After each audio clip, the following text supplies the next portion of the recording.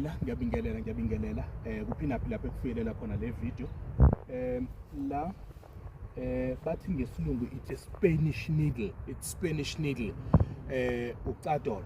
Spanish needle nazi lezi zinto ezihlabayo, lokhu okuhlabayo kuyahlaba, lokhu kuyabambelela engubeni buka, yabo, kuyabambelela, yabo. So umhlabangulo ucadolo, okay. Inhloso uma siwusebenzisa kubantu abasuke benesilonda, uthola ukuthi unesilonda esingapholi, noma unekhathi, noma usikekile. Into yenzayo uthatha net amaqabunga lawa, uthatha amaqabunga uwashuke and then bese uyawahlikihla la osuke ulimele khona.